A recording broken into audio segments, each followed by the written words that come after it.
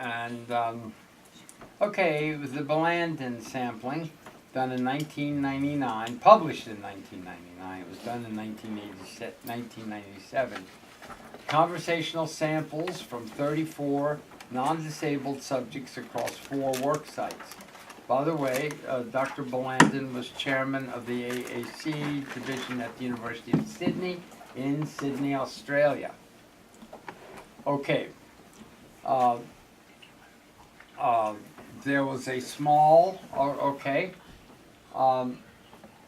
stable core of 347 words, which accounted for 78% of the conversational sample.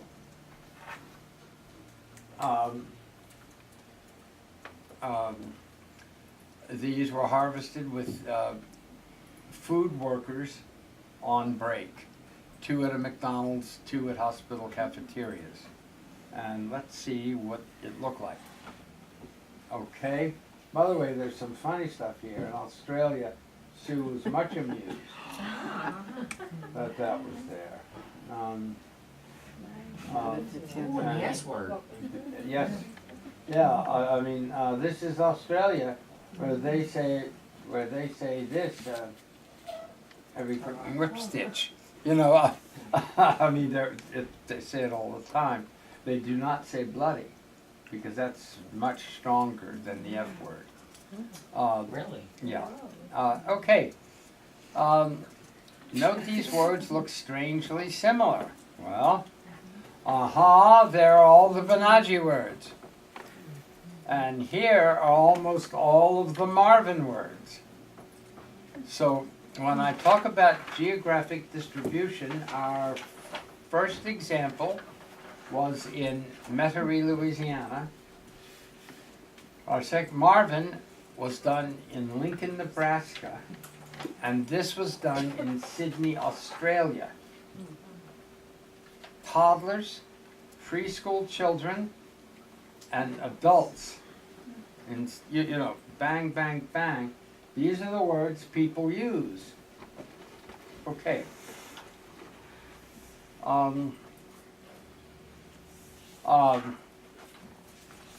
Take a look at food words here. 286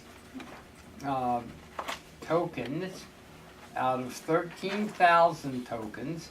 That's 2% of the tokens used in food were food words. Now this isn't types, this is tokens, so this means, you know.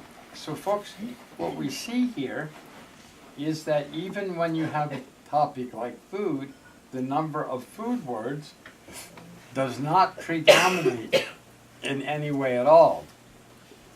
It would be interesting to see how many types were food words, because in the typical conversation, by the way, the food conversations are almost always about dates.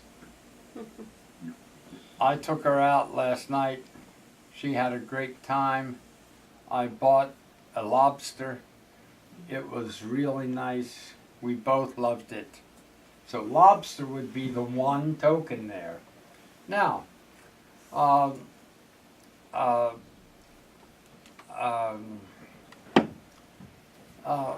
you could have also said red hard fish.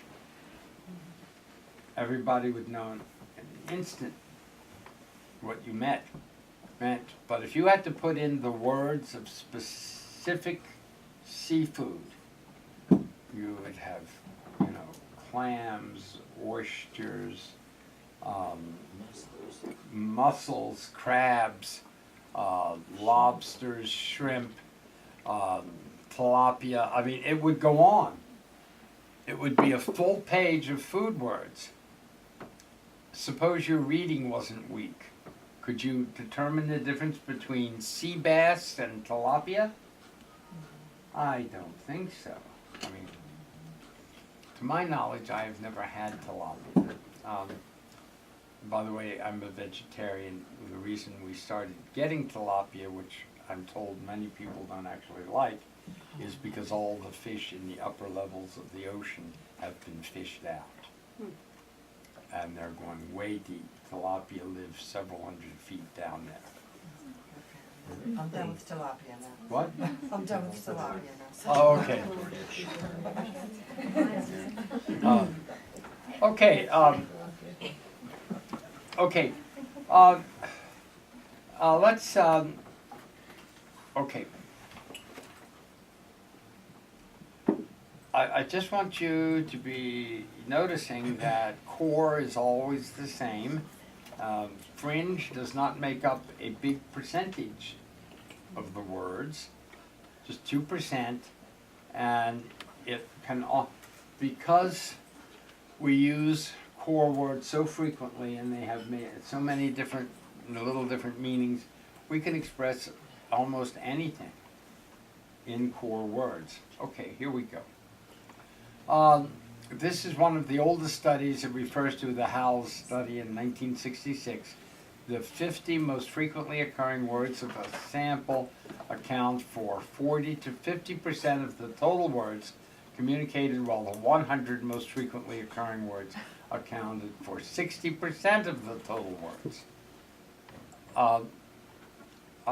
Stewart, Sheila Stewart, this was her dissertation, and I was one of the readers for this.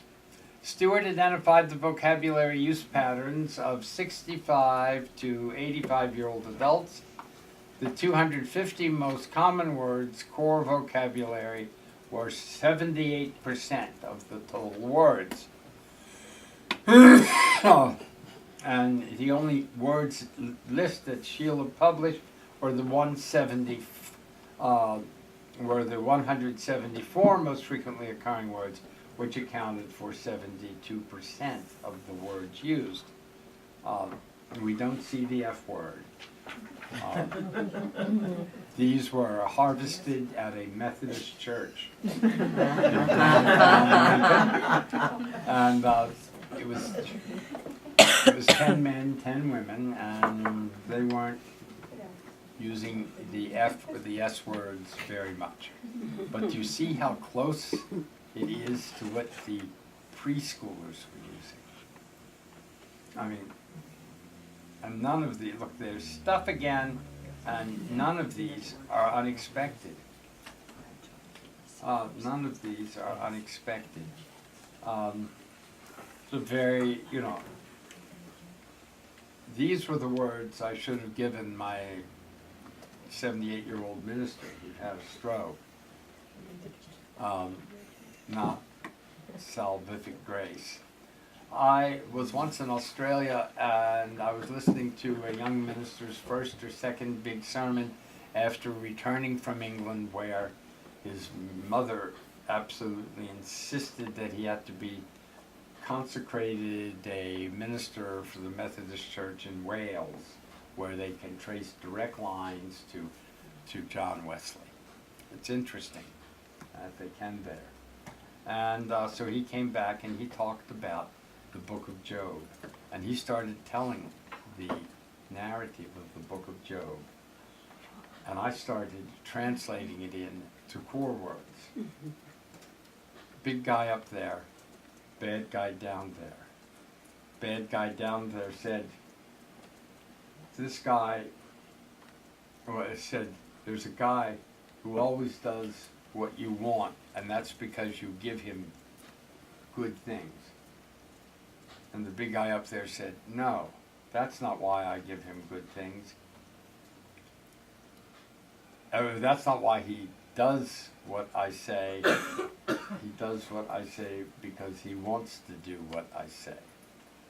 I mean, I even got Job sitting on the dung heap at the end, you know, covered in boils, you know. He was sitting on things you throw away, and had red spots everywhere. Okay. I used an extended core. All of those words would have been in the first 500 or 800 words. We can say anything we want with core. Okay. Okay, Jeff. would you read us the places where these were harvested by Stewart? The places, what? Sheila Stewart harvested these in the same way with the mic and the sash. Oh, I'm looking Okay, at my yeah, binder yeah, here. yeah, okay. Participants' home, restaurants, apartment complexes, community rooms, stores, malls, hospitals, churches, cars, friends and relatives' homes, senior citizen centers, and outdoors. Bingo.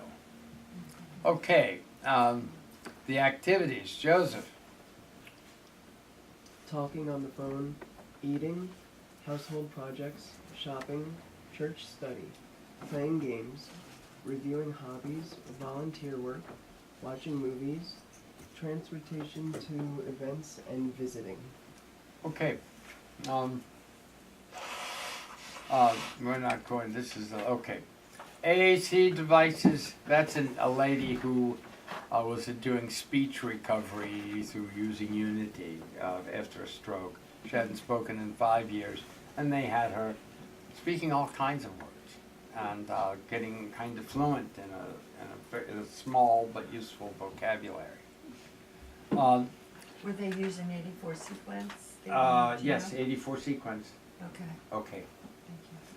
AAC devices for people with severe cognitive disabilities and little or no functional speech primarily contain nouns, which seem easiest to acquire and evaluate. The effect of a more diverse vocabulary was assessed. The use of speech output devices by 12 youths, not Utes, if you remember my cousin Vinny.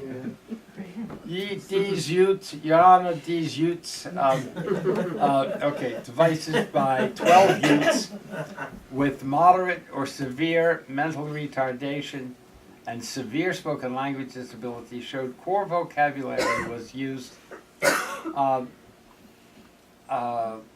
soon as it was introduced and expanded. The vocabulary, the focus of conversation both at home and at school. Now, this was a doctoral dissertation of Laura Adamson. It was supervised by Marianne Romsky and Rose Sevchek. These are very important researchers in AAC, and their work here was certainly very interesting.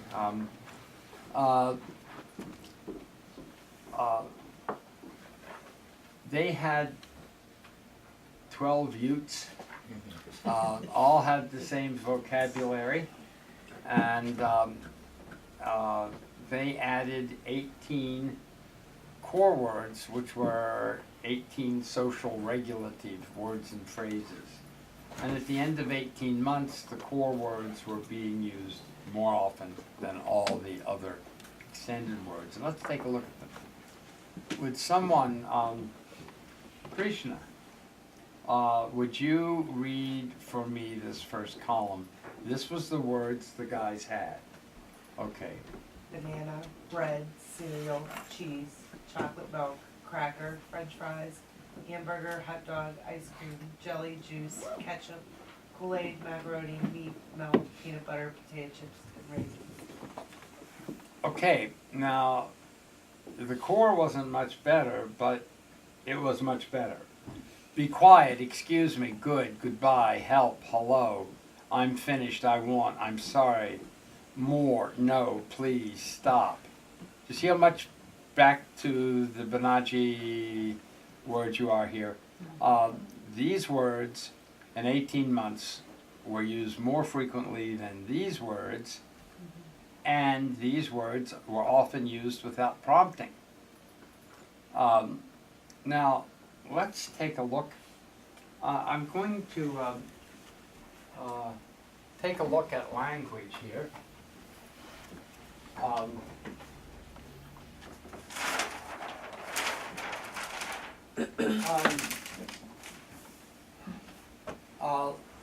The language, English language, is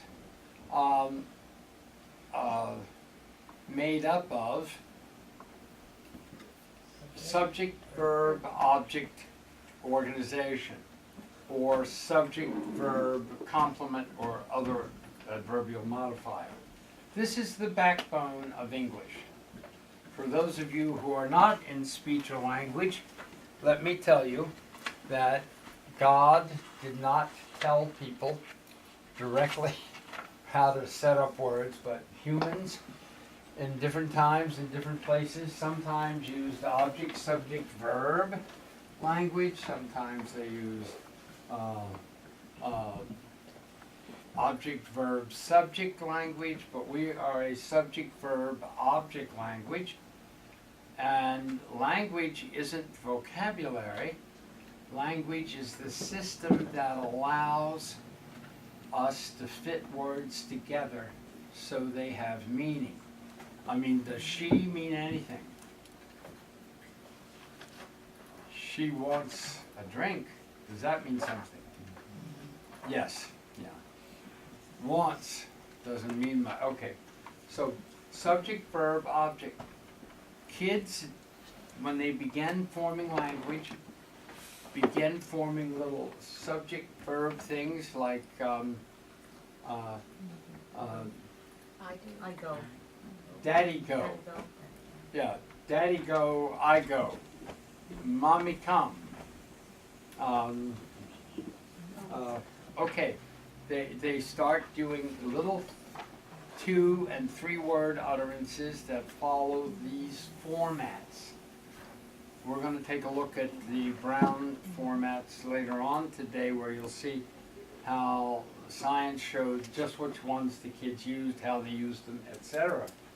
But this is the backbone of the English language. Now, taking a look at this vocabulary, well, any of you, can you use these words, even if you've mastered them, to build a subject, verb, object? No, not at all. In fact, this system, whereas it has a certain type of vocabulary, this is not a vocabulary that will allow you to use the building blocks of language. And folks often forget this. They tend to think language is vocabulary. And language is a good deal more than vocabulary. Language is how we organize vocabulary to express meaning. And you do not have enough parts of speech up here to do subject, verb, and object, or subject, verb, and complement. Okay, now let's get our form. They ate candy. She was captain. That's a compliment, I mean, that completes who she is. They ate candy, she was captain, and if you start adding clauses to this, like, they ate candy,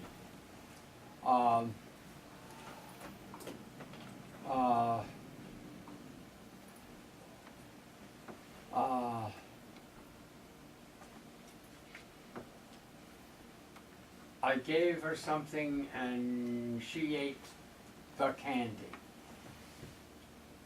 I gave her something and she ate the candy. As you keep adding clauses, you're going to see that the subject, verb, object, subject, verb, complement will form every little unit you put on. Now there are some phrasal units that just have preposition and object, like the book of Job.